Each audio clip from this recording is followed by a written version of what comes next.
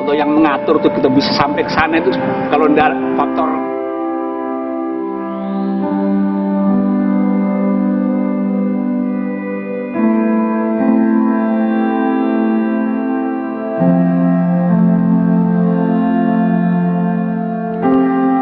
Membantu hewan kurban untuk sesama umat Islam di Indonesia mungkin sudah sering dilakukan.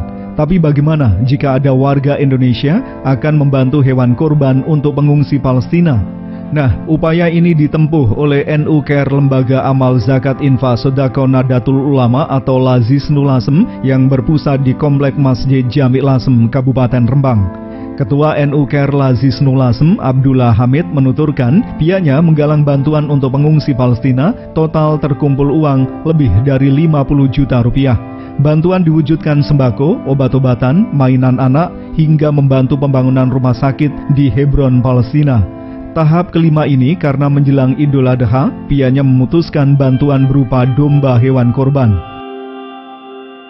Kebetulan karena momentumnya ini adalah kurban, kami berpikir alangkah baiknya, alangkah tepatnya putaran kelima ini diwujudkan terbentuk kurban, hewan kurban di tanah Al-Quds Palestina.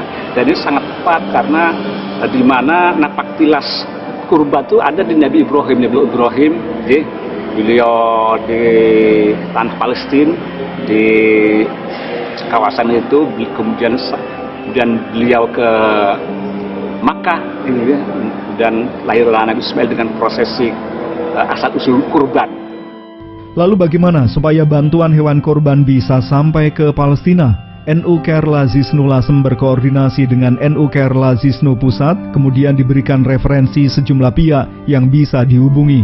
Salah satunya adalah pengurus cabang istimewa Nahdlatul Ulama atau PCINU di Yordania, sebuah negara yang berbatasan langsung dengan Palestina. Uang dari NU Care Lazisnu Lasem dikirim ke rekening PCINU Yordania. Merekalah yang menindaklanjuti dengan survei ke pasar hewan, memilih domba kurban, dan memasukkan ke lokasi penampungan bersama dengan hewan kurban dari donatur-donatur lain. Ada aturan di sana, penyembelihan hewan korban tidak boleh di perkampungan sebagaimana lazimnya di Indonesia, tetapi penyembelihan harus dilakukan ke tempat pemotongan hewan. Nantinya setelah disembelih, daging korban akan langsung dibagikan kepada pengungsi Palestina.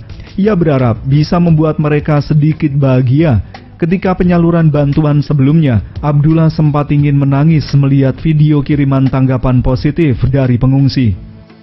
Kami NU Care Lazisnu Lasem sebagai sohibul kurban, pemilik kurban.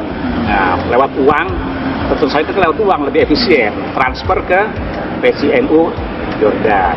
Kemudian diterima, kemudian melakukan survei ke pasar hewan, kemudian dari kesehatan pripun, dari harga pripun, ternyata alhamdulillah mendapat hewan yang terbaik gitu kan.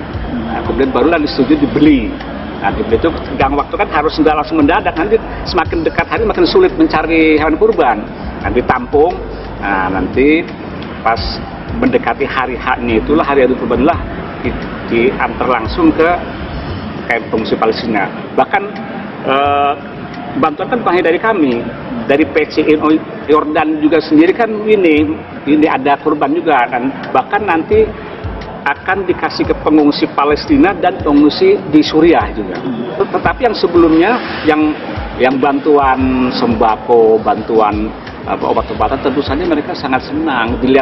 Dengan lihat videonya kan kayaknya matanya seperti berkaca-kaca gitu. Bahkan kami yang menyumbang pun hampir menangis kok. Apalagi yang menerima.